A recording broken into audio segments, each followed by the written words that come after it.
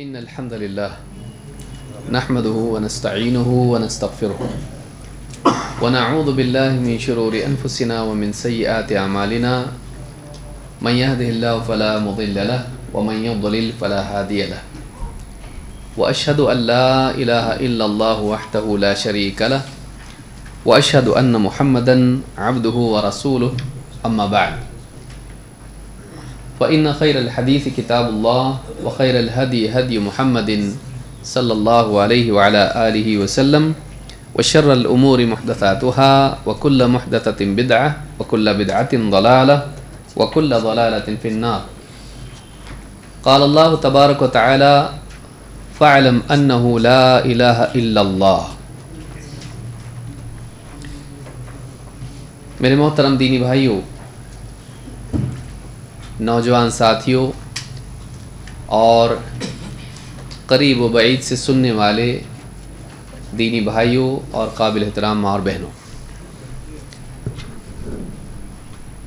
آج ہمارے سامنے ایک بہت ہی اہم عنوان ہے جس کا تعلق ہماری آخرت اور ہماری نجات سے ہے۔ دین میں سب سے اہم چیز توحید ہے۔ توحید کے اہتمام کے بغیر کوئی انسان نہ دنیا میں اللہ کا مقرب بن سکتا ہے، نہ آخرت میں وہ نجات پا سکتا ہے۔ لہٰذا ایک انسان کی کامیابی وہاں سے شروع ہوتی ہے جب وہ اللہ رب العالمین ہی کو اپنا رب اور اپنا معبود مانتا ہے اور اپنی زندگی میں توحید کا اہتمام کرتا ہے اور اس ایمان کو، اس اپنے عقیدے کو وہ شرک کی تمام صورتوں سے بچائے رکھتا ہے اور اسی پر اس کا خاتمہ ہوتا ہے۔ لہذا سب سے اہم چیز سیکھنے کی، جس کی تفصیل معلوم کرنا انسان کے لیے ضروری ہے، جو چیز ضروری ہے کہ جانے آدمی ہے، وہ توحید ہے۔ اللہ رب العالمین نے قرآن کریم میں فرمایا فَاعْلَمْ أَنَّهُ لَا إِلَهَ إِلَّا اللَّهُ، اے نبی آپ جان لیجئے کہ اللہ کے سوا کوئی عبادت کے لائق نہیں۔ معلوم ہوا کہ اس چیز کا جاننا ضروری ہے، اور اللہ تعالیٰ نے یہ جاننے کا حکم اپنے نبی کو دیا، جنہیں اللہ تعالیٰ نے توحید کی تعلیم کے لیے بھیجا، توحید سکھانے کے لیے بھیجا۔ آپ توحید کے معلم تھے، ساری انسانیت کو توحید سکھانے کے لیے آئے تھے، لیکن اللہ نے آپ کو بھی کہا اچھی طرح جان لو کہ اللہ کے سوا کوئی حقیقی معبود نہیں ہے، تاکہ آپ کی تبعیت میں، آپ کی تابع داری میں، آپ کی ماتحتی میں یہ حکم مسلمانوں کو بھی دیا جائے کہ جب نبی کو حکم دیا جا رہا ہے کہ وہ توحید کو جانے، تو مسلمانوں کے لیے من باب اولا یہ ضروری ہوگا کہ وہ بھی توحید کو اچھی طرح سیکھیں، کیونکہ توحید سارے لوگوں کی ضرورت ہے۔ مسلمانوں میں غلط فہمی ہوتی ہے کہ ہمارے اندر تو توحید ہے، ہم کو توحید سیکھنے کی ضرورت کیا؟ اور بدقسمتی سے موجودہ دور میں مسلمانوں کا ایک بڑا طبقہ وہ ہے جو جہالت کی وجہ سے توحید کے اقرار کے باوجود شرک میں مبتلا ہے۔ وہ توحید کا اقرار کرتا ہے، وہ بولتا ہے لا الہ الا اللہ، اللہ کے سوا کوئی عبادت کے لائق نہیں، زبانی اقرار ہے، لیکن اس اقرار کو صحیح طور پر نہ سمجھنے کی وجہ سے شرک کی کسی نہ کسی قسم میں وہ مبتلا ہے، کبھی ایک، کبھی دو، کبھی کئی اور۔ تو توحید کو مان کے بھی وہ شرک کر رہا ہے۔ یہ بڑی بدقسمتی ہے کہ انسان توحید کو مانے اور اس کے باوجود بھی وہ شرک میں مبتلا ہو۔ کیوں ہوتا ہے ایسا؟ توحید کو ٹھیک سے نہیں سیکھنے کی وجہ سے، صرف کلمہ پڑھنے کو کافی سمجھنے کی وجہ سے، کلمے کا صرف ترجمہ جاننے اور اس کی تفصیلات نہیں معلوم کرنے کی وجہ سے، کہ اس کلمے کی قبولیت کی شرطیں کیا ہیں اور اس کلمے کے اقرار کے تقاضے کیا ہیں۔ اگر آدمی کو یہ معلوم نہیں ہو تو آدمی کلمہ پڑھ کے بھی شرک میں مبتلا ہوتا ہے۔ ہم یہ نہیں کہیں گے کہ وہ مشرک ہو جاتا ہے۔ ہر آدمی صرف کلمہ پڑھنے کے بعد کسی شرکی عمل کا مرتکب ہو جائے تو فوراً اس پر مشرک کا لیبل نہیں لگایا جا سکتا ہے۔ جہالت میں بھی بعض اوقات انسان ایسا کرتا ہے، نہیں سمجھنے کی وجہ سے ایسا کرتا ہے، بھول سے ایسا کر سکتا ہے، غیر اختیاری طور پر آدمی سے کچھ ایسا ہو سکتا ہے، تو فوراً کسی پر لیبل تو ہم نہیں لگاتے ہیں، لیکن یہ کہہ سکتے ہیں کہ آدمی کلمے کا اقرار کر کے بھی شرک میں مبتلا ہوتا ہے۔ جہالت میں کوئی آدمی شراب پی لے نہ جاننے کی وجہ سے، شرابی اس کو نہیں کہا جائے گا۔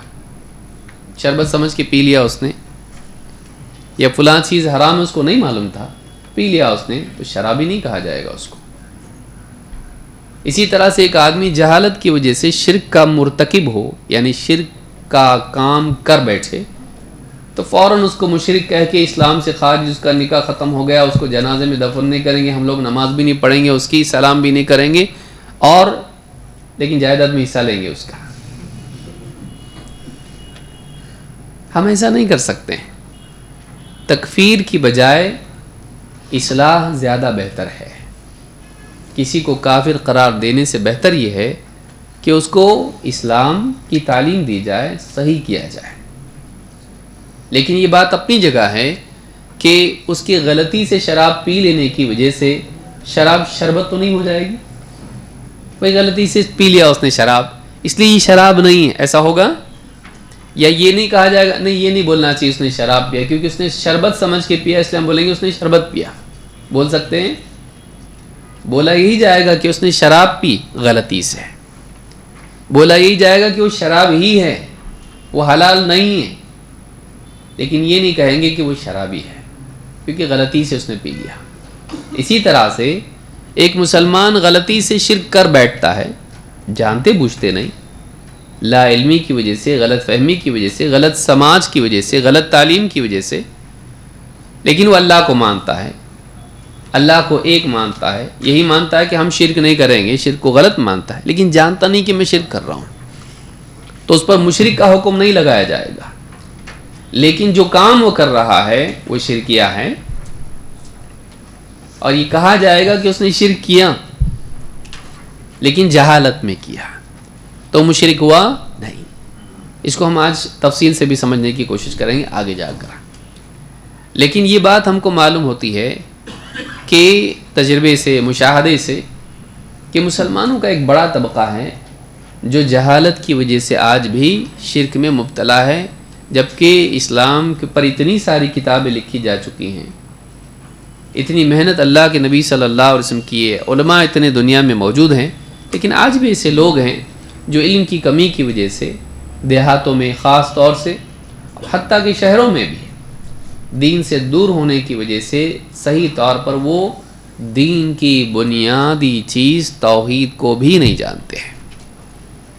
اس لیے ضروری ہے کہ ہم کبھی اس بھرم میں نہ پڑیں کہ اب توحید کی کیا ضرورت ہے، 1400 سال ہو گئے نا اسلام کو، ابھی بھی توحید سکھائیں گے کیا، ابھی بھی شرک کے بارے میں بتائیں گے کیا؟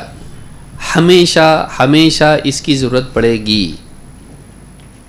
کوئی دور ایسا نہیں ہوگا جس میں مسلمانوں کو توحید کی تعلیم کی ضرورت نہ ہو، جس میں انہیں شرک کی خباثت سے انہیں خبردار کرنے کی ضرورت نہ ہو۔ ہم کو ہمیشہ یہ کرتے رہنا پڑے گا۔ کیوں؟ اس لیے کہ شیطان ہمیشہ اس بات کی کوشش میں رہے گا کہ لوگوں کو شرک میں مبتلا کرے، جیسا کہ اس نے نوح علیہ السلام کی قوم میں کیا تھا۔ آگے وہ بھی آئے گا انشاءاللہ۔ تو آج ہمارے سامنے ایک پورا دن ہے اور لمبا سفر ہے، اس میں ہم کو ڈٹ کے جم کے بیٹھنا ہے۔ بیٹھیں گے الحمدللہ، انشاءاللہ ضرور بیٹھیں گے ہم لوگ۔ اور آج کے اس پورے دور علمیہ آپ اس کو کہیں یا درس کہیں یا آج کا ورکشاپ آپ کہیں یا جو بھی اس کو آپ کہیں، آج کا جو ہمارا عنوان ہے وہ ایک بہت ہی چھوٹی سی کتاب لیکن بہت اہم کتاب، القواعد الاربع، القواعد الاربع، 4 قاعدے، یہ اس کا نام ہے۔ کس چیز کے بارے میں؟ 2 چیزوں کے تعلق سے، توحید اور شرک کے بارے میں 4 اہم قاعدے۔ وہ کیا قاعدے ہیں اس کو ہم کو دیکھنا ہے۔ یہ کتاب کس کی لکھی ہوئی ہے؟ شیخ الاسلام محمد ابن عبد الوہاب رحمہ اللہ، جن سے بہت سارے لوگ جو شرک میں پڑے بہت چڑھتے ہیں، لیکن ان کی کتابوں کو دیکھنے کے بعد ایک آدمی واقعی سمجھ سکتا ہے کہ وہ کتنی علمی شخصیت تھی اور انہوں نے کتنا عمدہ کام کیا کہ طالب علم کے لیے، ایک عام مسلمان کے لیے چھوٹے چھوٹے عنوان پر چھوٹی چھوٹی کتابیں، بڑی اہم کتابیں لکھی، اور ایک طالب علم کے لیے اپنے علم کی شروعات کے دور میں جن کتابوں کی ضرورت ہوتی ہے، تقریباً کئی عنوانوں پر، خاص طور سے جو ایمان اور توحید سے جڑے ہوئے ہیں، ان سارے عناوین پر انہوں نے کتاب لکھی تاکہ ایک انسان کم سے کم عقیدے کے باب میں غلط نہیں جائے، جس میں ان کی عظیم الشان کتاب کتاب التوحید ہے، جو 67 ابواب پر مشتمل ہے، جو بڑی کتاب ہے تھوڑی، باقی سب چھوٹی چھوٹی کتابیں ہیں۔ انہی میں سے آج جو ہم کتاب پڑھیں گے یہ القواعد الاربع ہے، جو مشکل سے 3 صفحات میں آ جائے گی اگر واقعی اس کا صرف متن رکھا جائے تو، لیکن اس کتاب میں بہت اہم بات بیان ہوئی ہے۔ اس میں توحید اور شرک سے متعلق 4 قاعدے بیان کیے گئے ہیں۔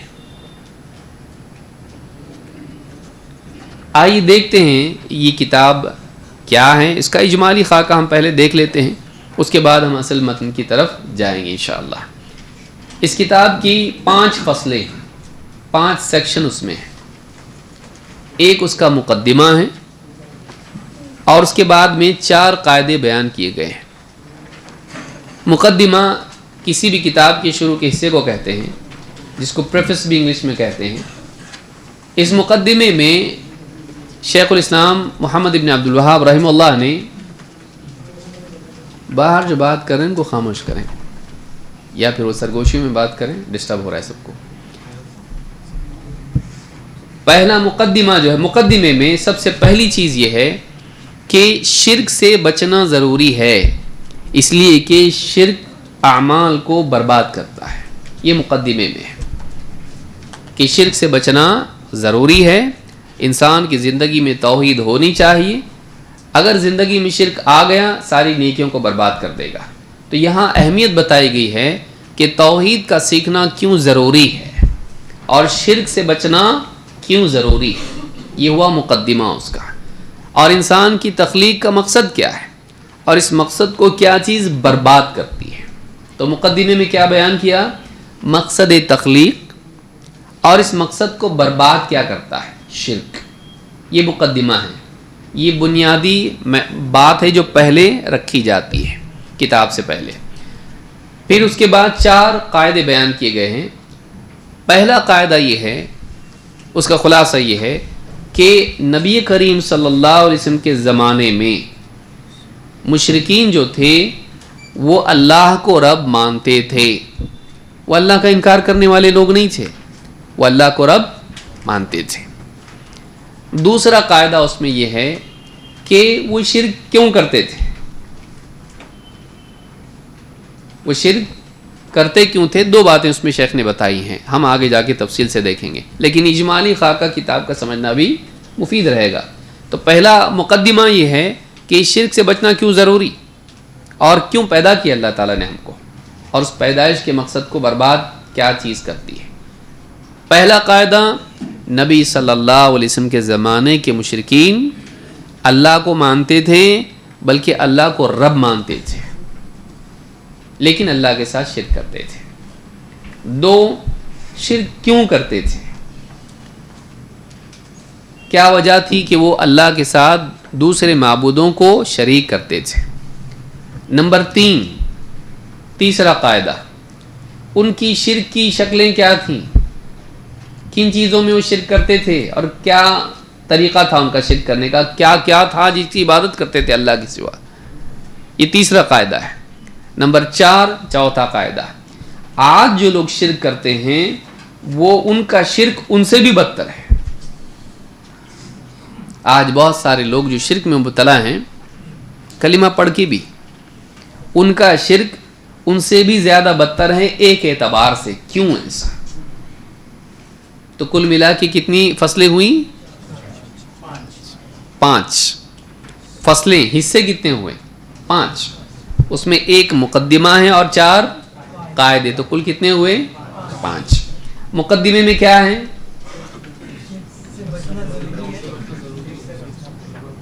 شرک سے بچنا کیوں ضروری ہے، یعنی ایک چیز تو اللہ نے پیدا کیوں کیا، دوسرا اس مقصد کو کیا چیز تباہ کرتی ہے، وہ شرک ہے، تو یہ مقدمہ ہوا۔ تو یہاں تمہید ہے کہ ہم کو شرک کا جاننا ضروری ہے اور اس سے بچنا بھی ضروری ہے، تاکہ ہم اپنے مقصد حیات کو ہم پورا کر سکیں۔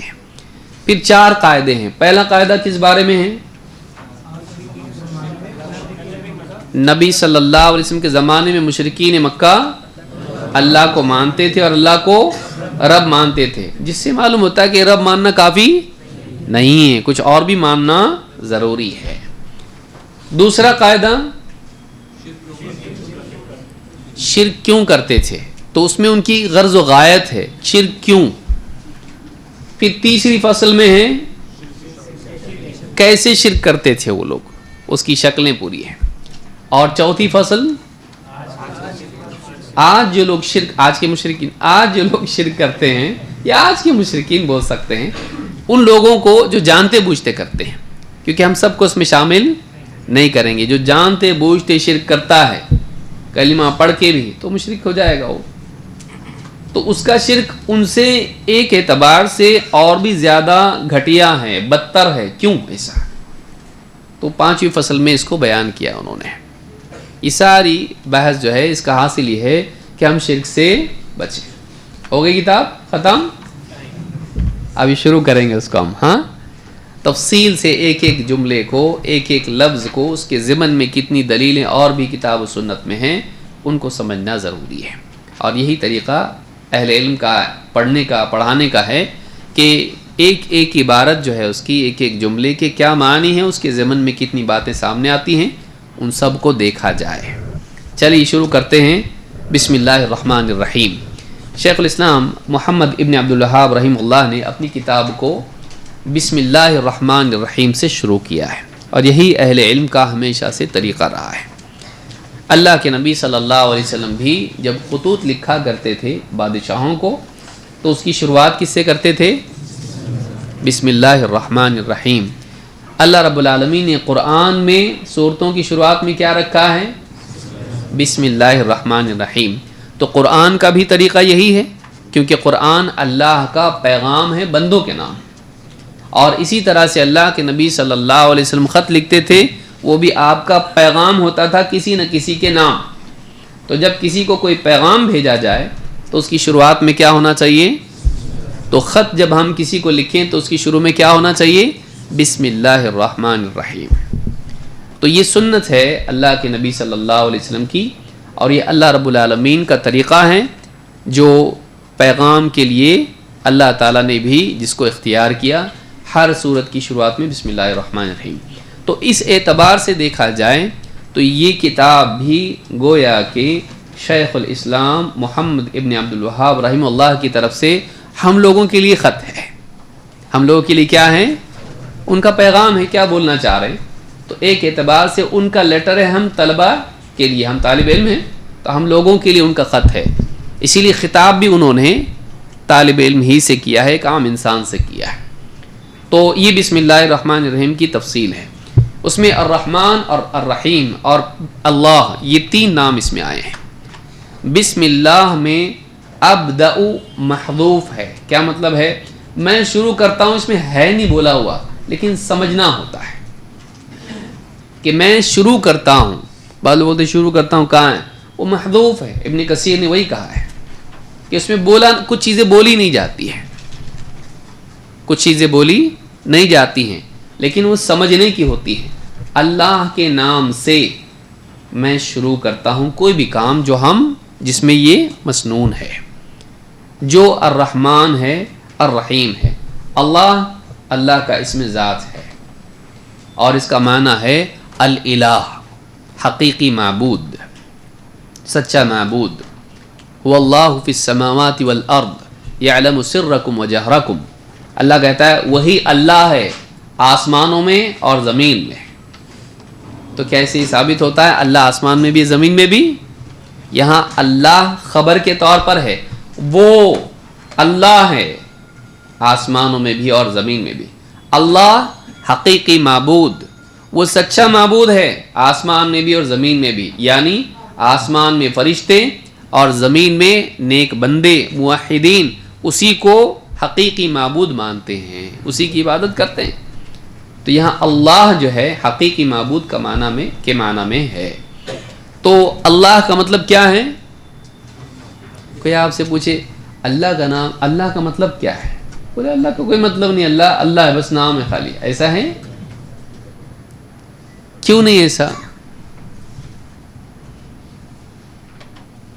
یعنی اس کا کوئی مطلب نہیں ہے، ایسا کیوں نہیں؟ وہ خالی نام ہے بس، ایسا ہے؟ کیوں نہیں؟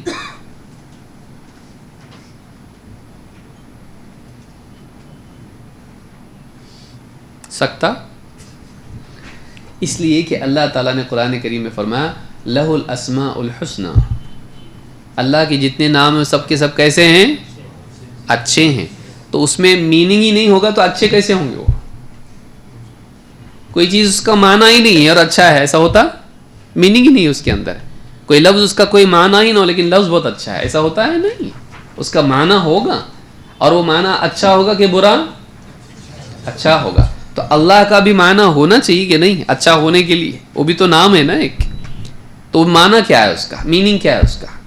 الالہ، حقیقی معبود، وہ جو عبادت کے لائق ہو، وہ جو عبادت کے لائق ہو، سچا معبود. الرحمن، رحم کرنے والا. الرحیم، رحم کرنے والا. لیکن الرحمن کا تعلق سب سے ہے اور رحیم میں ایک پہلو ہے کہ رحیم خاص ہے اہل ایمان کے لیے دنیا میں بھی آخرت میں بھی.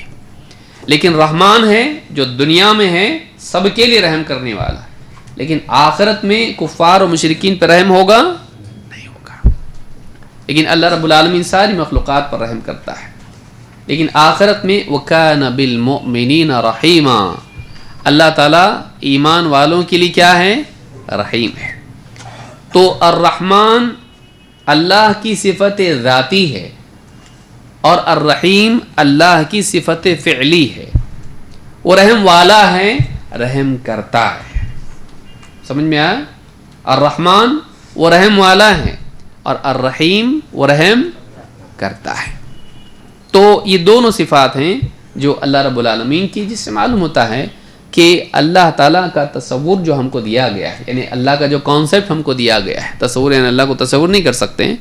اللہ کا جو ہم کو کانسیپٹ دیا گیا ہے وہ کیا ہے؟ قرآن میں ہم کو سکھایا گیا وہ رحم والا ہے، وہ معبود ہے اور کیسا ہے؟ رحم والا ہے. عام طور سے آپ معبودوں کو دیکھیے جو مورتیاں وغیرہ بناتے ہیں وہ عام طور سے ڈراؤنی ہوتی ہیں، ڈرو. لیکن ہم کو اللہ کے بارے میں سکھایا جا رہا ہے کیسا؟ بڑا رحمان ہے، رحیم ہے.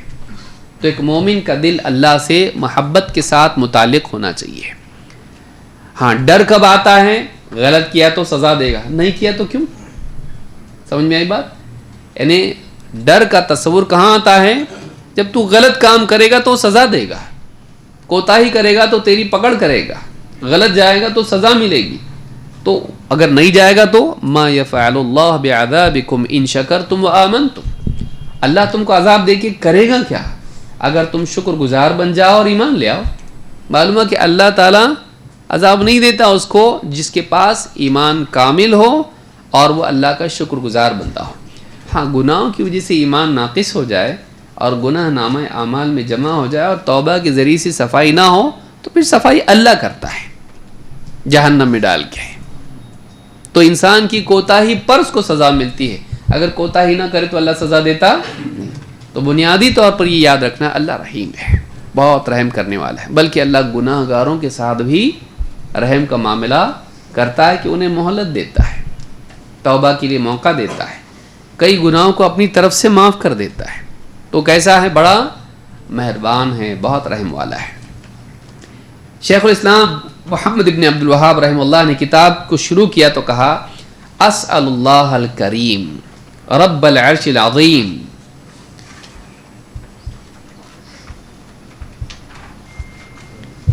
ان یتولاک فی الدنیا والآخرہ وان یجعلک مبارکا اینما کنت.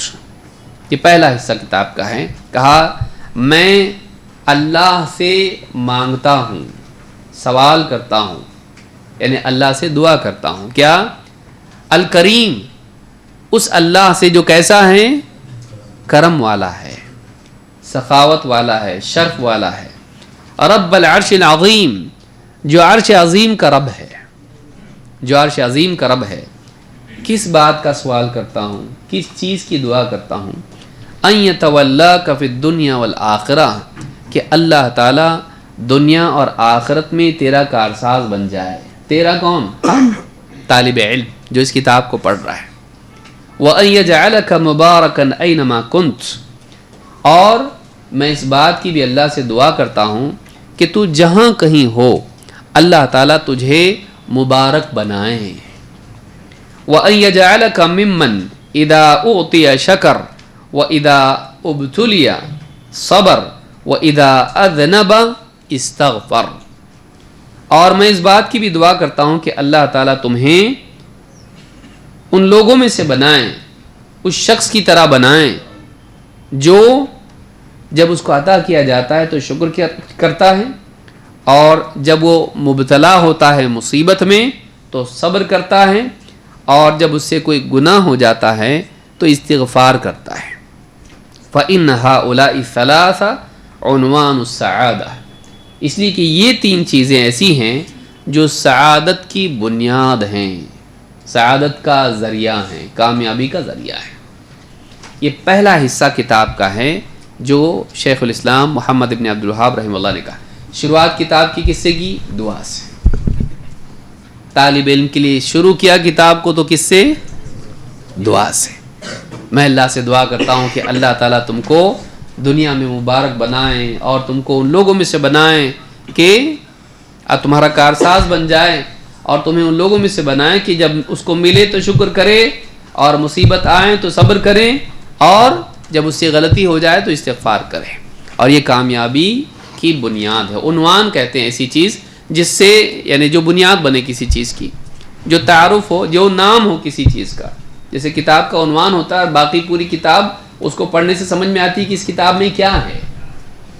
تو یہ تین چیزیں ایسی ہیں جو کامیابی کا تعارف ہیں، یا بنیاد ہے، یا سبب ہے، یا ذریعہ ہے. اب اس کو ہم سمجھنے کی کوشش کرتے ہیں کہ اس میں کیا کیا باتیں ہیں. سب سے پہلے کہا اسأل اللہ الکریم، میں اللہ سے مانگتا ہوں جو بڑا کریم ہے. کریم اللہ رب العالمین کے ناموں میں سے ایک نام ہے.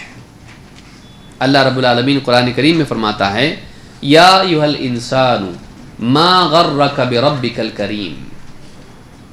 اے انسان، سورۃ الانفطار آیت نمبر 6. یہ آپ کے نوٹس میں نہیں رہے گا. یا ایھا الانسان ما غرک بربک الکریم، اے انسان تجھ کو اپنے رب کریم سے کس چیز نے دھوکے میں ڈال دیا.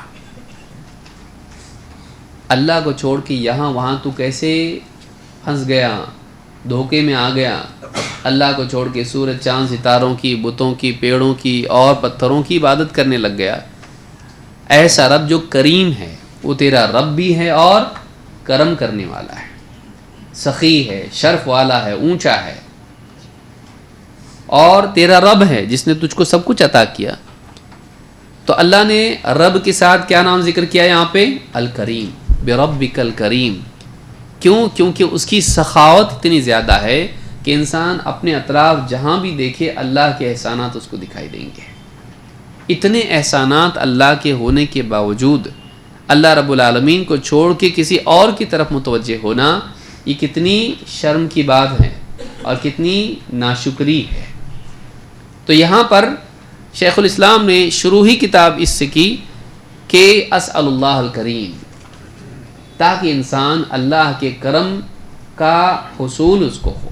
میں اس اللہ سے دعا کرتا ہوں جو بڑے کرم والا ہے، جو بڑا سخی ہے. کریم کس کو کہتے ہیں؟ دو معنی اس میں پائے جاتے ہیں، ایک سخاوت، دوسرے شرف. ایک سخاوت اور دوسرے شرف. یعنی شریف خاندان کا کوئی ہوتا تو اس کو کہا تھا کریم ابن کریم ابن کریم. یوسف علیہ السلام کے بارے میں کہا نا اس طرح سے اللہ کے نبی صلی اللہ علیہ وسلم. اور جیسے اللہ تعالیٰ نے فرمایا ان اکرمکم عند اللہ اتقاکم، تم میں زیادہ شرف والا، عزت والا وہ ہے جو زیادہ تقوی والا ہے. تو ایک معنی اس میں پایا جاتا ہے کیا؟ شرف والا. دوسرا معنی پایا جاتا ہے کرم کرنے والا، سخاوت، لوگوں کو عطا کرنے والا. تو ہمارا رب شرف کے اعتبار سے بھی سب سے اونچا ہے، اور اسی طرح سے سخاوت کے اعتبار سے بھی اس سے سخی کوئی ہو سکتا اس کے برابر نہیں. وہ اتنا عطا کرتا ہے کہ جو بھی نعمت بندوں کے پاس ہے وہ اللہ کی دی ہوئی ہے. وما بکم من نعمت فمن اللہ، تمہارے پاس جو بھی نعمت ہے وہ اللہ کی طرف سے آئی ہے. وہ اتنا سخی کہ اس نے وَأَسْبَغَ عَلَيْكُمْ نِعْمَهُ ظَاهِرَةً وَبَاطِنَةً، اس نے تم پر اپنی نعمتیں انڈیل دیں، ظاہری اور باطنی ہیں. ظاہری نعمتیں دیں جو دکھائی دیتی ہیں، ٹینجیبل، اور وہ نعمتیں جو دکھائی نہیں دیتی ہیں. ہم کو علم دیا، ہم کو عقل دی، ہم کو کیفیات دی، رحم ہمارے اندر ڈالا، ہمارے اندر بہت ساری خوبیاں اللہ نے رکھی جو دکھائی نہیں دیتی ہیں. اور ظاہراً بہت کچھ دکھائی دیتا ہے لیکن اندر جو چل رہا ہے وہ ہم سانس لے رہے ہیں، پھیپھڑے ہمارے پھولتے ہیں، پھر وہ اندر جو کچھ ہوتا ہے دکھائی دیتا نہیں. آج دکھائی دے رہا، ڈاکٹر دیکھ رہے تو، لیکن پہلے سے ہے نا، یہ لوگوں کو نہیں دکھتا تھا تبھی. وَأَسْبَغَ عَلَيْكُمْ نِعْمَهُ ظَاهِرَةً وَبَاطِنَةً، اتنی ساری نعمتیں اللہ کی ہیں. تو وہ سخی ہے، روک کے نہیں رکھتا ہے، وہ دیتا ہے، مخلوق کو دیتا ہے. نہ صرف مومن کو دیتا ہے، کفار کو بھی دیتا ہے. بارش ان پہ بھی برستی ہے، ہوا ان کو بھی ملتی ہے، ہاتھ پاؤں، آنکھ کان ناک سب ان کو بھی ملتا ہے. کھانے کے لیے غذا، اناج، پھل، ترکاریاں اور سب کچھ ان کو ملتا ہے. تو اتنا سخی ہے کہ ماننے والوں کو تو دیتا ہے، نہیں ماننے والوں کو بھی دیتا ہے. اس کے پاس کمی نہیں ہے، اور وہ سخاوت والا ہے اور بڑے شرف والا ہے. تو کہا اسأل اللہ الکریم، میں اللہ سے جو کہ بڑا کرم کرنے والا ہے میں دعا کرتا ہوں. کیا؟ اس اللہ سے جو رب العرش العظیم ہے، جو عرش عظیم کا رب ہے. عرش عظیم، عرش تخت کو کہتے ہیں، اور کرسی جو ہے موضع القدمین ہے، پاؤں رکھنے کی جگہ کو بولتے ہیں. کرسی الگ ہے اور عرش الگ ہے. اور عرش کرسی سے بڑا ہے، اور کرسی آسمانوں پر چھائی ہوئی ہے. وسع کرسیہ السماوات والارض، کرسی جو اللہ کی ہے وہ آسمان و زمین پر چھائی ہوئی، لیکن کرسی عرش سے چھوٹی ہے، عرش اس سے بھی بڑا ہے. تو اللہ رب العالمین عرش کا محتاج ہے، کیونکہ یہاں کیا کہا؟ رب العرش العظیم، وہ عرش عظیم کا بھی رب ہے. رب وہ ہے جو خالق ہو، مالک ہو اور مدبر ہو. عرش اللہ کو سنبھالے ہوئے یا اللہ عرش کو سنبھالے ہوئے؟ ہاں، کہ عرش اللہ کا محتاج ہے، اللہ عرش کا محتاج نہیں. لیکن اللہ عرش سے اوپر ہے، اللہ عرش سے اوپر ہے، لیکن اللہ عرش کا محتاج نہیں ہے. کیوں؟ کیونکہ اللہ نے خود کہا ہے کہ اللہ تعالیٰ عرش عظیم کا رب ہے، وہ اس کا مالک ہے، اس کا خالق ہے. اللہ تعالیٰ قرآن کریم میں سورہ نمل آیت نمبر 26 میں فرماتا ہے اللہ لا الہ الا ہو، اللہ اس کے سوا کوئی عبادت کے لائق نہیں، وہ رب العرش العظیم، وہ عرش عظیم کا رب ہے. عرش بڑا عظیم ہے، لیکن اللہ رب العالمین اس سے بھی عظیم ہے، اور وہ رب ہے اس عرش کا. اور عرش اللہ کا محتاج ہے، اللہ تعالیٰ عرش کا محتاج نہیں ہے. غنی عن العالمین، اللہ نے کہا سارے عالمین سے وہ غنی ہے، اس کو کسی کی حاجت نہیں ہے. تو یہ بات بھی یاد رکھنا چاہیے. تو یہاں دو باتیں ملتی ہیں کہ سب سے پہلی بات شیخ الاسلام رحمہ اللہ نے دعا سے کتاب شروع کی طالب علم کے لیے. یہ انسان کا اپنی محتاجی کا اظہار ہے اور خیر خواہی کا بھی اظہار ہے کہ طالب علم کے لیے اس میں خیر خواہی ہے کہ دعا سے شروع کرنے میں طالب علم کا دل نرم ہو جاتا ہے. اور الدین النصیحہ، دین خیر خواہی کا نام ہے. تو ایک معلم کو طالب علم کا کیا ہونا چاہیے؟ بھلا چاہنے والا، اس کا خیر خواہ ہونا چاہیے. تعلیم کا مقصود لوگوں پر اپنی برتری جتانا نہیں ہونا چاہیے. تعلیم کا مقصود طالب علم کی خیر خواہی ہونا چاہیے. یہاں آپ دیکھیے انداز بیاں کہ میں اللہ سے مانگتا ہوں جو کیسا ہے، بڑے کرم والا ہے، سخاوت والا ہے، اور اس سے مانگتا ہوں. تو یہاں اللہ کے اسماء کے وسیلے سے مانگنے کا بھی ایک انداز ہے کہ اللہ سے جب مانگ رہے ہیں تو اللہ رب العالمین کے کچھ ناموں کا تذکرہ یہاں کر رہے ہیں. کیونکہ اللہ سے مانگ رہے ہیں تو اللہ کرم والا ہے، تو کرم والے سے مانگا جاتا ہے، وہ سخی عطا کرتا ہے. تو یہاں پر مناسب نام آیا. جب مانگ رہے ہیں تو اس کے مناسب ہے کہ وہ سخی کمی نہیں کرتا ہے، مانگے تو دیتا ہے. تو اسأل اللہ الکریم، اور کیسا ہے وہ؟ رب العرش العظیم، کسی کا محتاج نہیں ہے، وہ عرش عظیم کا بھی رب ہے، وہ بادشاہ ہے. بادشاہ کنجوسی کرتا ہے نہیں. تو پہلے تو کہا کہ وہ کریم ہے، اور اس کے بعد کیا کہا؟ وہ بادشاہ ہے اور رب ہے، عرش عظیم کا بھی رب ہے. وہ اتنا بڑا ہے وہ کہ عرش عظیم کا رب ہے، اس سے اوپر ہے اور سب کچھ دینے والا ہے. تو اسأل اللہ الکریم، اور اللہ اس نام کو سب سے پہلے بیان کیا جو کیا ہے، اس کا معنی کیا ہے؟ اللہ کا معنی حقیقی معبود. کریم، کریم کا معنی ہے سخی، لیکن اللہ کا معنی کیا ہے؟ حقیقی معبود ہے. تو یہاں پر کہا اسأل اللہ الکریم رب العرش العظیم ان یتولاک فی الدنیا والآخرہ. کیا مانگ رہے ہیں طالب علم کے لیے؟ اب دیکھیے دعائیں کیا ہیں. دعا کا ادب یہاں مل رہا ہے کہ اللہ سے جب دعا کی جائے تو اللہ کے اسماء کا تذکرہ ہو. اس میں میں اللہ سے مانگتا ہوں جو کریم ہے اور عرش عظیم کا رب ہے، میں اس سے مانگ رہا ہوں. تو اللہ کی عظمت کا استحضار ہو، اس کے عطا کرنے اور اس کی سخاوت کا استحضار ہو، اور اس کے ساتھ آدمی اللہ سے دعا کرے. اور معلم کو طالب علم کا کیا ہونا چاہیے؟ دیکھیے اس میں بہت ساری چھپی ہوئی چیزیں ہیں جس کو ہم کو نکالنا ہے اور سمجھنا ہے کہ کیا بولنا چاہ رہے ہو. تو اس میں یہ بات ملتی ہے کہ معلم کو کیسا ہونا چاہیے طالب علم کا؟ یا یہ ہونا چاہیے کہ میں تیرا باس ہوں. اکثر اوقات دعوت کے میدان میں، تعلیم کے میدان میں ہوتا یہ ہے کہ آدمی لوگوں کا مالک بننے کی کوشش کرتا ہے. معلم کو کیا ہونا چاہیے؟ خیر خواہ ہونا چاہیے کہ اس کے دل میں طالب علم کے لیے خیر خواہی کے جذبات، خیر خواہی ویل وشنگ، بھلا چاہنے والا ہونا چاہیے. اتنا بھلا چاہ رہا کہ اللہ سے دعا کر رہا ہے اس کے لیے معلم، کہ اللہ تعالیٰ سے میں دعا کرتا ہوں. تو معلم ایسا خیر خواہ ہونا چاہیے، تب جا کر اس کی تعلیم میں برکت پیدا ہوتی ہے. ورنہ اگر نیتیں خراب ہوں تو اس میں برکت نہیں ہوتی ہے، بلکہ انسان گناہگار ہوتا ہے. تو دعوت کے میدان میں آپ اتریں، یہ نہ ہو کہ آپ کو شہرت ملے، ہاں لوگ آپ کے فالوور ہوں، لائک کریں، ہاں سبسکرائب کریں اور بیل آئیکن بھی دبائیں. آج کل جو دعوت کا میدان ہے، اللہ تعالیٰ ہدایت دے، کسی کی نیت پہ تو ہم بولتے نہیں، لیکن اس طرح کی جتنی چیزیں ہوتی ہیں اس میں ٹھیک ہے سبسکرائب کریں، چل سمجھ میں آتا ہے تاکہ آپ کو ملے. بیل آئیکن تھوڑا نہیں سمجھ میں آتا ہے کہ گھنٹی اسلام میں ہے تو گھنٹی بجاؤ بول رہے آپ اس کو، گھنٹی کہاں سے اسلام میں؟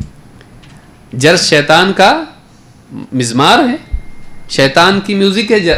گھنٹی جو ہے شیطان کی میوزک ہے، آپ بول رہے گھنٹی بجاؤ، بیل آئیکن کلک کریں. کبھی سوچتے ہیں ہم لوگ اس کے اوپر؟ نہیں.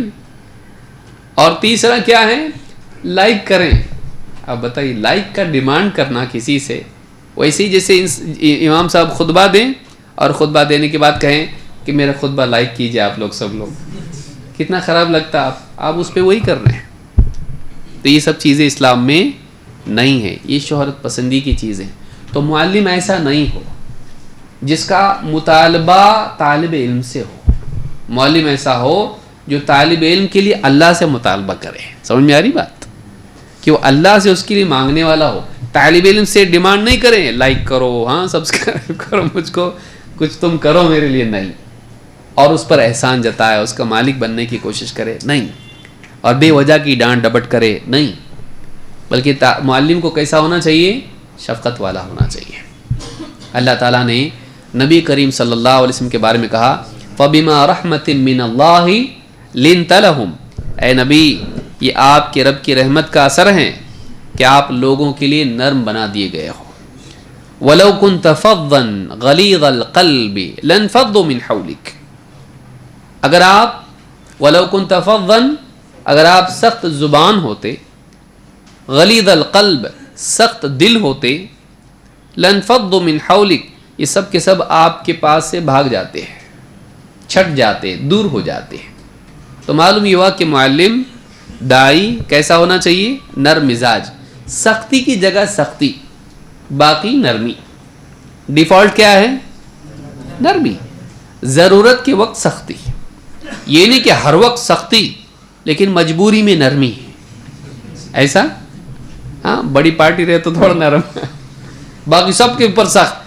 لیکن تھوڑا سا کوئی بڑا ہو، ہاں مالدار ہو یا ایسا ہو، عہدے والا ہو، پولیس ہو، کمشنر ہو، پھر نرم ایک دم صاف صاف صاف. ہاں نہیں، اصل نرم ہے. لیکن ضرورت پڑے جہاں ڈانٹ ڈپٹ کی ضرورت ہو، ٹھیک ہے، وہاں اللہ کے نبی صلی اللہ علیہ وسلم ڈانٹتے بھی تھے لیکن وہ اصل نہیں تھا. اور اس ڈانٹ میں بھی نفرت نہیں تھی، اس ڈانٹ میں خیر خواہی تھی. جیسے بچہ چھری سے ہاتھ کاٹ لے تو ماں جس پر غصہ ہوتی ہے لیکن اس میں شفقت بھی ہوتی ہے، اس میں شفقت بھی ہوتی ہے اور غصہ ہوتی ہے کہ کیوں ایسا تو نے کیا. تو معلم ایسا ہونا چاہیے. آئیے اب دیکھتے ہیں کہ دعا کیا ہے. پہلی دعا دے رہے ہیں ان یتولاک فی الدنیا والآخرہ، اور یہ بہت بڑی دعا ہے کہ اللہ تعالی دنیا اور آخرت میں تیرا ولی بن جائے. اللہ تعالیٰ دنیا اور آخرت میں تیرا نگہباں کارساز ہو جائے، تیرا حفاظت کرنے والا ہو جائے. اس سے بڑھ کے دعا ہو سکتی کچھ؟ کہ اللہ کی حفاظت میں بندہ آ جائے، اللہ کی نگرانی میں بندہ آ جائے، اللہ تیرا پروٹیکٹ کرنے والا ہو جائے.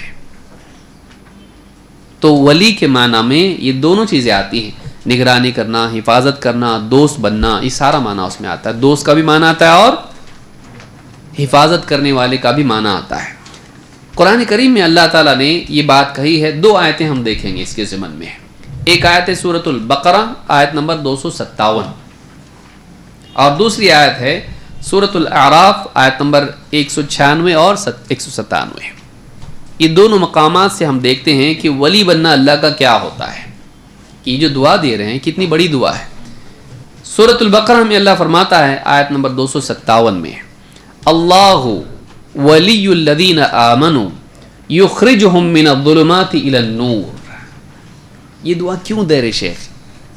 اللہ تعالیٰ فرماتا ہے اللہ ایمان والوں کا ولی ہے. یخرجہم کیا کرتا ہے اللہ تعالیٰ؟ یخرجہم من الظلمات الی النور، وہ ایمان والوں کو اندھیروں سے نکال کے اجالے میں لاتا ہے. جہالت کا اندھیرا، شرک کا اندھیرا، گناہوں کا اندھیرا، اس میں سے نکال کر علم کے اجالے میں، توحید کے نور میں اور طاعت کے اجالوں میں لے کر آتا ہے. اللہ ولی الذین آمنوا یخرجہم من الظلمات الی النور والذین کفروا اولیاءہم الطاغوت. اور جہاں تک کفر کرنے والے ہیں ان کے اولیاء کون ہیں؟ ان کے دوست، ان کے بڑے، ان کے کارساز طاغوت ہیں. کسی کا بت ہے، کسی کا کوئی پیشوا ہے، کسی کا کوئی شیطان ہے، کسی کا نفس یا کچھ اور ہے. یخرجونہم من النور الی الظلمات، وہ کیا کرتے ہیں؟ وہ ان کو اجالوں سے نکال کے اندھیرے میں لے جاتے ہیں. رب انہن اضللن کثیرا من الناس. ابراہیم علیہ السلام نے کیا کہا تھا؟ اے اللہ وجنبنی وبنی ان نعبد الاصنام، اے اللہ مجھے میری اولاد کو بتوں کی عبادت سے بچا لے. کیوں؟ رب انہن اضللن کثیرا من الناس، اے میرے رب ان بتوں نے کئیوں کو لوگوں کو گمراہ کر دیا. ان بتوں کی وجہ سے کئی لوگ گمراہ ہو گئے, اچھے اچھے گمراہ ہو گئے. تو اللہ مجھ کو بچا, میری اولاد کو بچا. تو بتوں کی عبادت سے آدمی کیا ہوتا ہے, نور سے نکل کے کہاں چلا جاتا ہے, ظلمات میں. اولئک اصحاب النار هم فیہا خالدون, یہ جہنمی لوگ ہیں اور ہمیشہ ہمیشہ جہنم میں رہیں گے.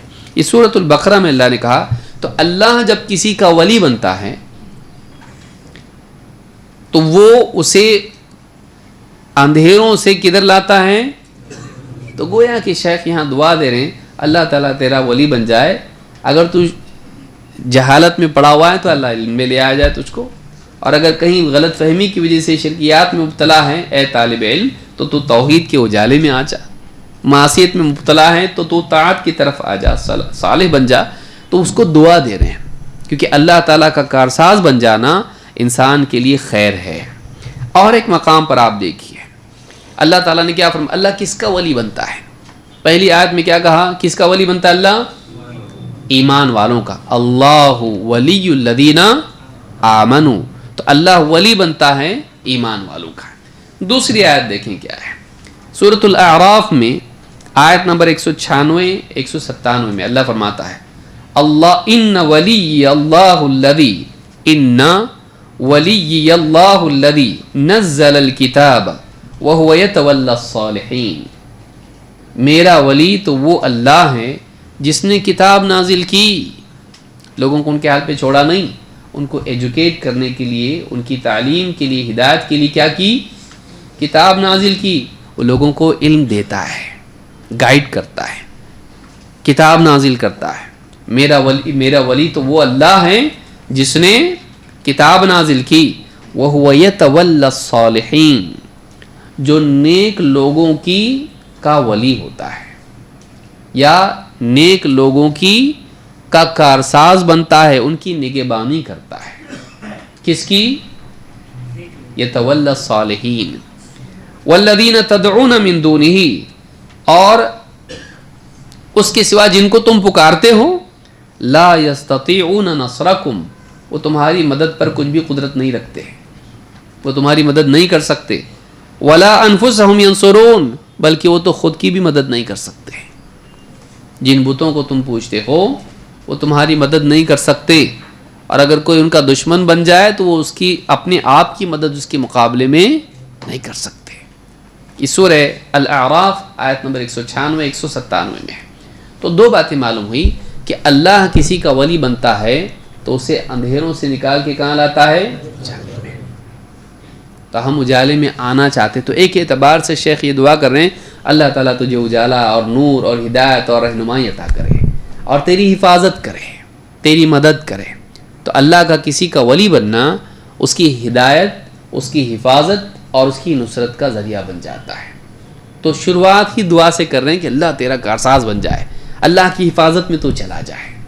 یہ چاہت ایک معلم کی ہونا چاہیے. اور کیسے, ان یتولاک فی الدنیا دنیا میں بھی تیرا کارساز بنے اور آخرت میں بھی, کیونکہ آخرت میں بھی ہم اللہ کے محتاج ہیں کہ اللہ تعالیٰ ہم کو پل صراط سے پار کرا کے کہاں لے جائے, جنت میں. اللہ نہیں کرے گا تو ہو سکتا نہیں ہو سکتا ہے. تو یہ دعا دے رہے ہیں.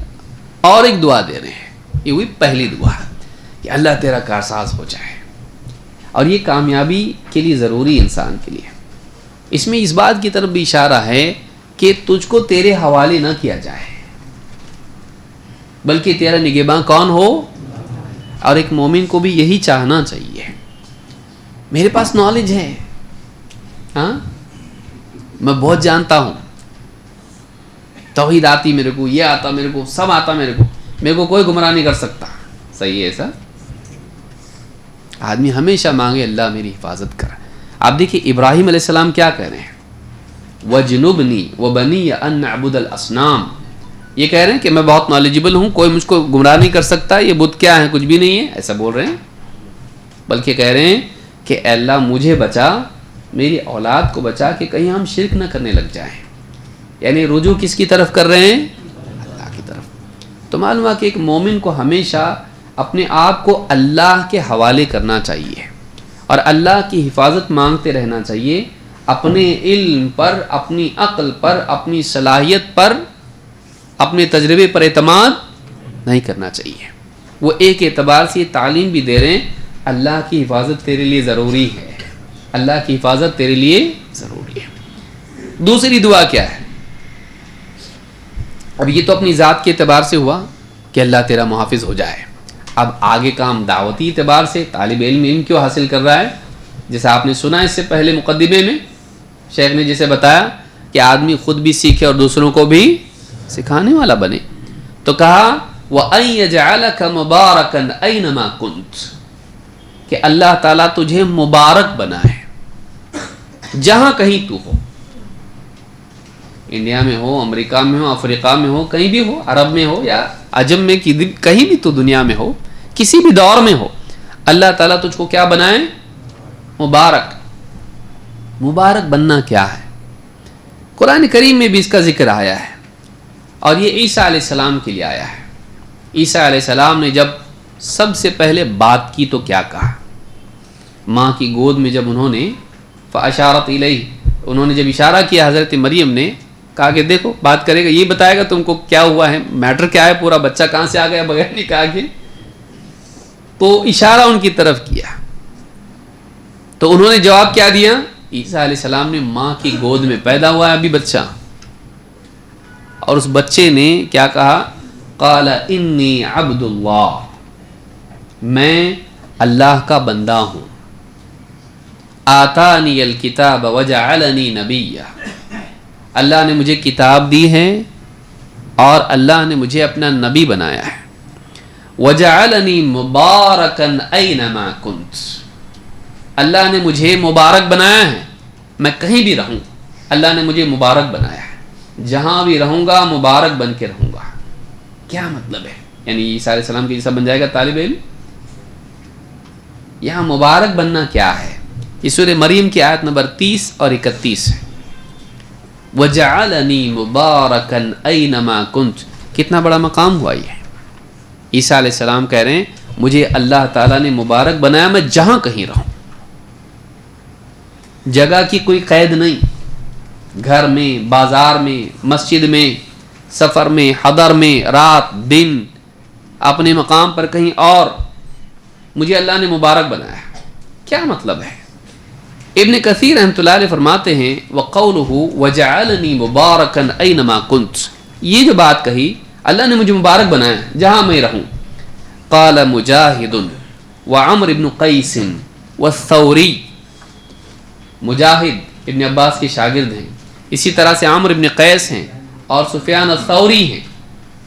ان سب نے کہا، یہ تابعین میں سے ہیں، کہا وَجَعَلَنِي مُعَلِّمًا لِلْخَيْرِ، مجھے اللہ نے مبارک بنایا کا مطلب کیا ہے؟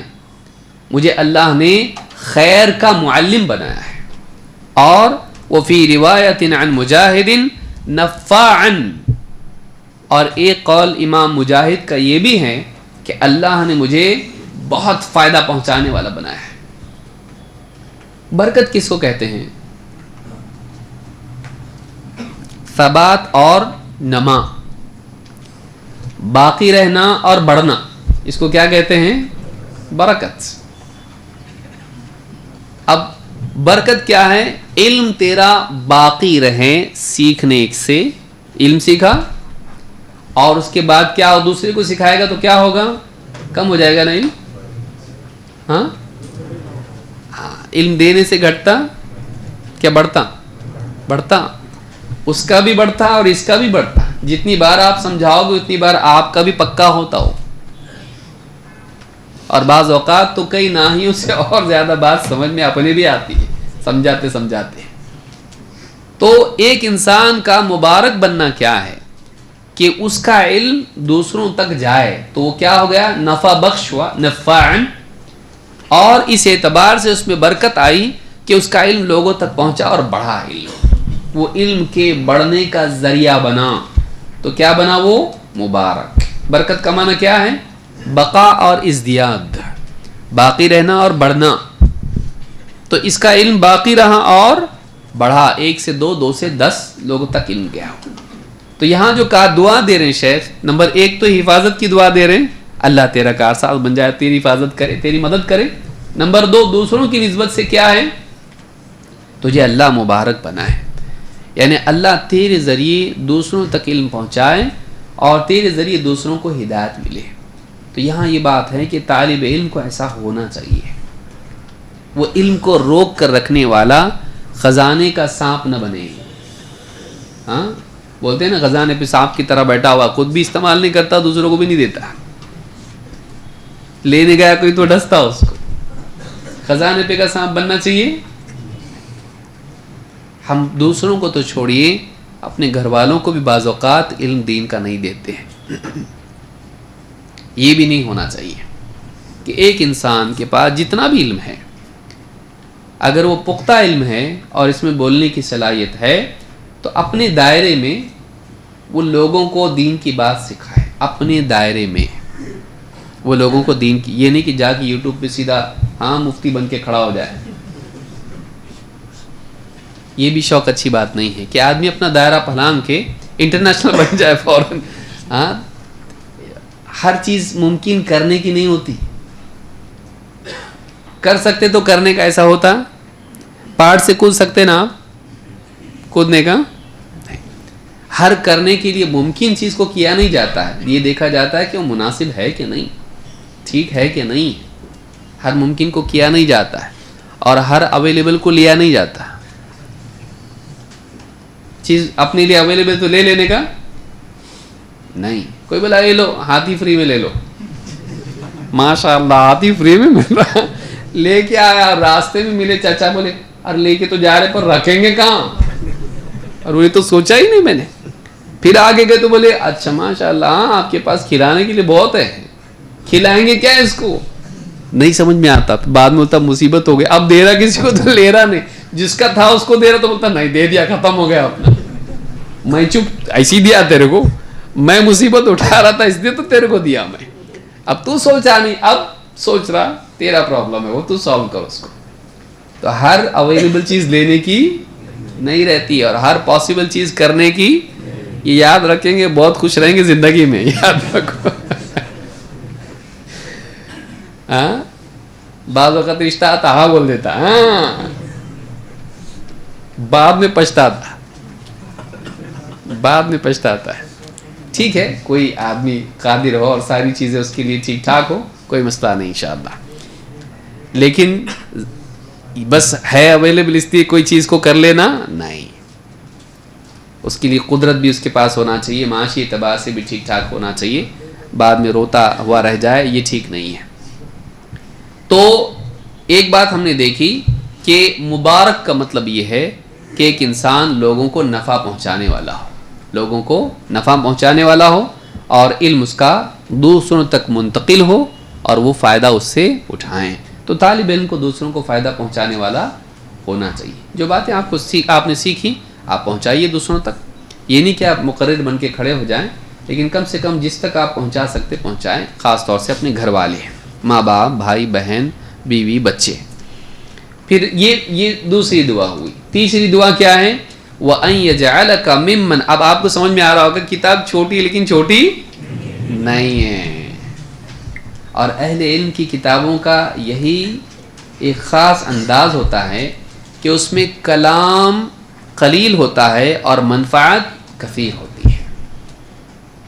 جو واقعی علماء ہوتے ہیں ان کی الفاظ کم ہوتے ہیں لیکن بات بڑی ہوتی ہے اس میں، اور جتنا اس کو آپ گہرائی سے پڑھتے چلے جائیں گے اس میں بہت ساری باتیں آپ کو ملتی ہیں۔ وہ تھوڑا سا لکھتے ہیں لیکن وہ تھوڑا کیسا ہوتا ہے، ایک دم سمندر سمیٹ دیے کوزے میں، اس طرح سے ہوتا ہے۔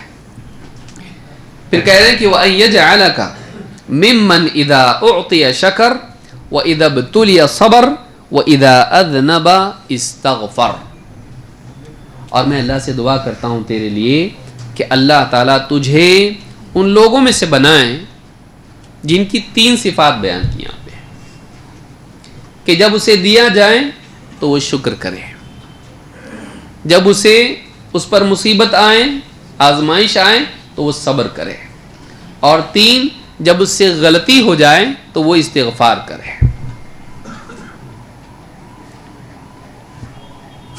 عطا کیا جائے، چاہے وہ دین ہو یا دنیا ہو، کیا کرے اللہ کا؟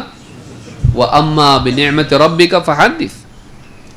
اور اسی طرح سے شکر کی آیتیں، کتنی ساری آیتیں، حدیثیں کتنی، ہم ایک دیکھیں گے اس میں انشاءاللہ۔ تو چاہے دین کا نفع ہو یا دنیا کا نفع ہو، نعمت ہو، اس پر کیا کرے بندہ؟ اللہ کا شکر کرے۔ لیکن مصیبت بھی دو طرح کی ہوتی ہے، کبھی دنیا میں ہوتی ہے اور کبھی دین میں ہوتی ہے۔ دنیا میں مصیبت آئے، پیسے کھو گئے، باہر گاڑی آپ نے لگائی تھی، چابی نہیں تھی اس کے اندر اور گاڑی چلی گئی، مسجد میں آئے آپ جوتے پہن کے آئے، چپل میں نئے نئے تھے اور وہ بھی چلے گئے، کھو گیا آپ کا۔ بیماری، مصیبت، پریشانی، اس پر کیا کرنا چاہیے؟ یہ دنیا میں مصیبت ہے، جسم میں، مال میں، چیزوں میں۔ لیکن دین میں مصیبت یہ ہے کہ ایک انسان گناہ گار ہو جائے، اس سے گناہ ہو جائے، اس کی بھرپائی کیا ہے؟ صبر کرنا، صبر کر رہا ہوں میں، اس کی بھرپائی کیا ہے؟ استغفار۔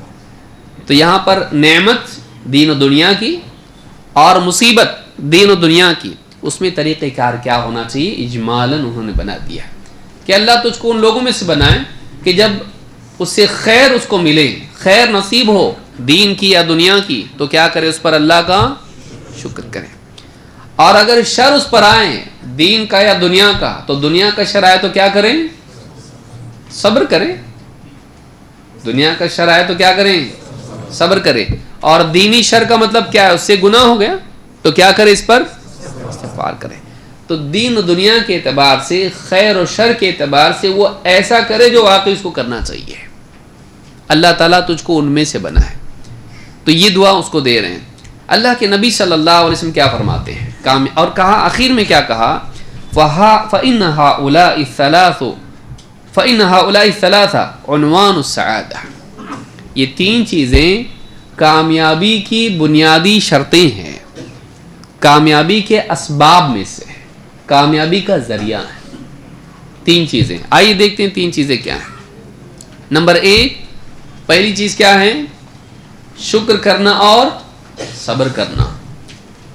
اللہ کے نبی صلی اللہ علیہ وسلم فرماتے ہیں ایک حدیث میں جسے امام مسلم نے روایت کیا ہے، فرماتے ہیں عجبا لامر المؤمن ان امرہ کلہ خیر۔ مومن کا حال بڑا عجیب ہے، اس کی ہر حالت خیر والی ہوتی ہے، وہ ہر سچویشن میں خیر سمیٹتا رہتا ہے۔ کون؟ مومن۔ وَلَيْسَ ذَاكَ لِأَحَدٍ إِلَّا لِلْمُؤْمِنِ۔ اور یہ چیز مومن کے سوا کسی اور کو نصیب نہیں ہوتی۔ کیا؟ ہر حال میں ثواب، خیر، بھلائی سمیٹنا۔ ان اصابته سراء شکر فکان خیر اللہ۔ اگر اس پر اچھے حالات آتے ہیں، خوشی کے حالات آتے ہیں، تو کیا کرتا ہے؟ شکر کرتا ہے، اور اس کے لیے اچھا ہی ہوتا ہے، کیونکہ شکر کرنے سے اللہ راضی ہوتا ہے اور نعمت بڑھتی ہے۔ وَإِنْ أَصَابَتْهُ ضَرَّاءُ صبر۔ جب اس پر کوئی مصیبت آتی ہے تو صبر کرتا ہے، فَكَانَ خَيْرَ اللَّهِ، اور یہ بھی اس کے لیے اچھا ہی ہوتا ہے، کیونکہ صبر کرنے سے اللہ کی معیت اور اللہ کی نصرت نصیب ہوتی ہے۔ ان اللہ مع الصابرین، اللہ اس کے ساتھ ہو جاتا ہے، اور جس کے ساتھ اللہ ہو جائے ناکام ہوتا ہو وہ کامیاب ہوتا ہے۔ اور ان النصر مع الصبر، اللہ کی مدد صبر کے ساتھ ہے، اللہ جس کی مدد کرے وہ ناکام ہوتا نہیں۔ تو مصیبت میں اللہ کی مدد پانے کا راستہ کیا ہے؟ صبر ہے۔ تو نعمت جب ملتی ہے تو کیا کرتا ہے؟ شکر۔ مصیبت جب آتی ہے تو کیا کرتا ہے؟ صبر۔ اور کہا کہ وَإِنْ أَصَابَتْهُ سَرَّاءُ صَبْرٌ فَكَانَ خَيْرًا لَهُ، یہ بھی اس کے لیے اچھا ہی ہوتا ہے۔ یعنی مصیبت میں جا کے بھی بھلائی سمیٹتا ہے۔ کیوں؟ اس لیے کہ اس کو اللہ مل جاتا، اللہ کی مدد مل جاتی ہے، اور اللہ تعالیٰ اس مصیبت سے کیا کرتا ہے؟ اس کو نکالتا ہے، اور اس کو ثواب بھی دیتا ہے۔ کیوں؟ اس لیے کہ صبر کرتا ہے۔ تو یہ ہوا اللہ کی طرف سے نعمت کا پانا اور مصیبت میں صبر کرنا، لیکن دنیوی اعتبار سے۔ اب آئیے دیکھتے ہیں کہ اور کیا حدیث ہے اس میں۔ کہا ان اللہ اذا احب قوما ابتلاہم، اللہ تعالیٰ جب کسی سے محبت کرتا ہے تو اسے آزمائش میں مبتلا کرتا ہے۔ یہ بھی اللہ کا معاملہ ہے کہ اللہ جس کو چاہتا ہے اسے مصیبت میں ڈالتا ہے،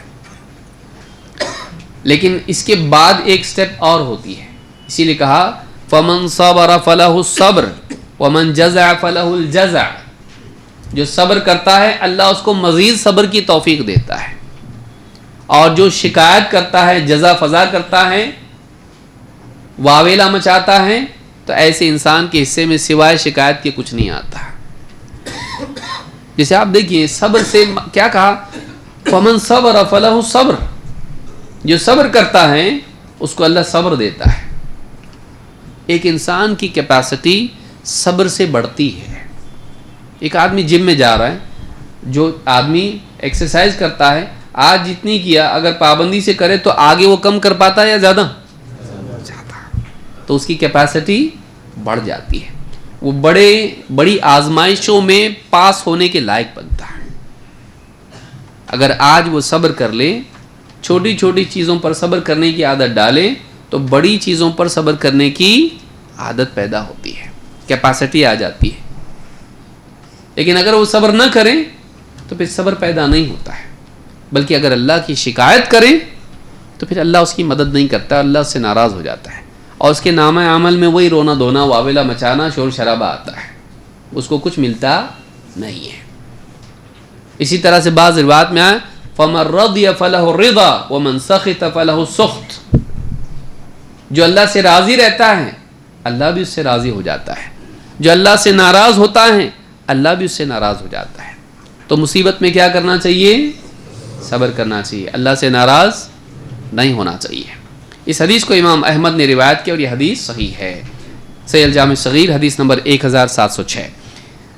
اللہ کے نبی صلی اللہ علیہ وسلم فرماتے ہیں، اب تیسری چیز کیا بچی؟ ایک ہو گیا شکر، دوسرا ہوا صبر، اور تیسرا استغفار۔ استغفار نہیں، کیا بولتے ہیں اس کو؟ استغفار، یاد رکھیں گے اس کو، استغفار بولتے ہیں ہم لوگ، نہیں، اصل لفظ کیا ہے؟ استغفار، استغفار ہے وہ۔ اللہ کے نبی صلی اللہ علیہ وسلم فرماتے ہیں التوبۃ من الذنب الندم والاستغفار، گناہ سے توبہ یہ ہے کہ آدمی نادم ہو اور استغفار کرے۔ سچی توبہ میں دو چیزیں ہونا ضروری ہے۔ نمبر ایک، اس گناہ پر ندامت ہو، وہ شرمندہ ہو، میں نے غلط کیا، اس کو احساس ہو۔ دیکھیے اس سے معلوم ہوتا ہے توبہ توبہ توبہ توبہ بولتے آدمی اور غلط بھی باتیں کرتا ہے۔ تو توبہ وہ ہے، واقعی توبہ وہ ہے جس میں ندامت ہو کہ کوئی برا کام میں نے کیا، اس پر انسان کو کیا ہونا چاہیے؟ ندامت ہونا چاہیے۔ اللہ معاف کرے، بولنا تو نہیں چاہیے لیکن فلانے کی بیٹی کا ایسا ہے، اللہ معاف کرے ایڈوانس میں، ہاں بولنا تو نہیں چاہیے، بول رہے کیوں؟ تو اس طرح کے مقدمات سے کیا انسان کا گناہ صحیح ہو جاتا، پاپ دھل جاتا؟ غیبت کرنے والے عام طور سے ایسا کرتے ہیں، اللہ معاف کرے، بولنا تو نہیں چاہیے لیکن ایسا ہے، بولنا تو نہیں چاہیے لیکن بولنا چاہیے، ہاں، اس لیے کہ اس کے بغیر دل کا بوجھ ہلکا نہیں ہوگا میرا۔ تو التوبۃ من الذنب، گناہ سے توبہ واقعی کیا ہے؟ نمبر ایک الندم، انسان کو ندامت ہو، افسوس ہو کہ میں نے غلط کیا۔ اس افسوس کے بغیر توبہ نہیں ہوتی، افسوس ہونا چاہیے۔ نمبر دو والاستغفار، استغفار کیا ہے؟ اللہ سے مغفرت مانگنا۔ استغفار کس کو کہتے ہیں؟ اللہ میری مغفرت کر دے، تو اللہ کی طرف بندہ متوجہ ہو اور اللہ سے اپنے گناہ کے لیے کیا مانگے؟ مغفرت مانگے۔ تو یہ دو چیزیں اگر نہ ہوں توبہ نہیں ہوتی اس کی، تو ندامت بہت ضروری ہے۔ تو کہا کہ گناہ سے توبہ کیا ہے؟ ندامت اور استغفار۔ امام البیہقی نے اس کو شعب الایمان میں روایت کیا ہے۔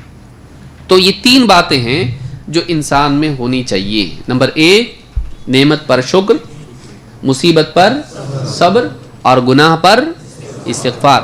جس انسان کی زندگی میں یہ تین چیزیں آ جائیں، شیخ کہتے ہیں فَإِنَّ هَؤُلَاءِ ثَلَاث عُنْوَانُ السَّعَادَةِ، یہ تین چیزیں یہ سعادت کا ذریعہ ہیں. سعادت کس کو بولتے ہیں؟ سعید عربی زبان میں کہتے ہیں کامیاب، سکسیسفل. ایک انسان ایک دم اچیومنٹ اس کو ہو گیا، کامیاب ہو گیا، وہ سعید ہے وہ. تو ایسا انسان جو دنیا اور آخرت میں کامیاب ہو جائے، اس کے لیے تین چیزیں اس کی زندگی میں ہونا چاہیے. نعمت پر شکر، اور اس کو یاد رکھیں گے، نعمت پر شکر، اور مصیبت پر صبر، اور غلطی پر استغفار. زندگی کا معمول اس کو ہم کو بنانا چاہیے. اس کو انشاءاللہ ہم سمجھیں گے آنے والی مجلس میں. ابھی وقت ہمارا ہو گیا ہے.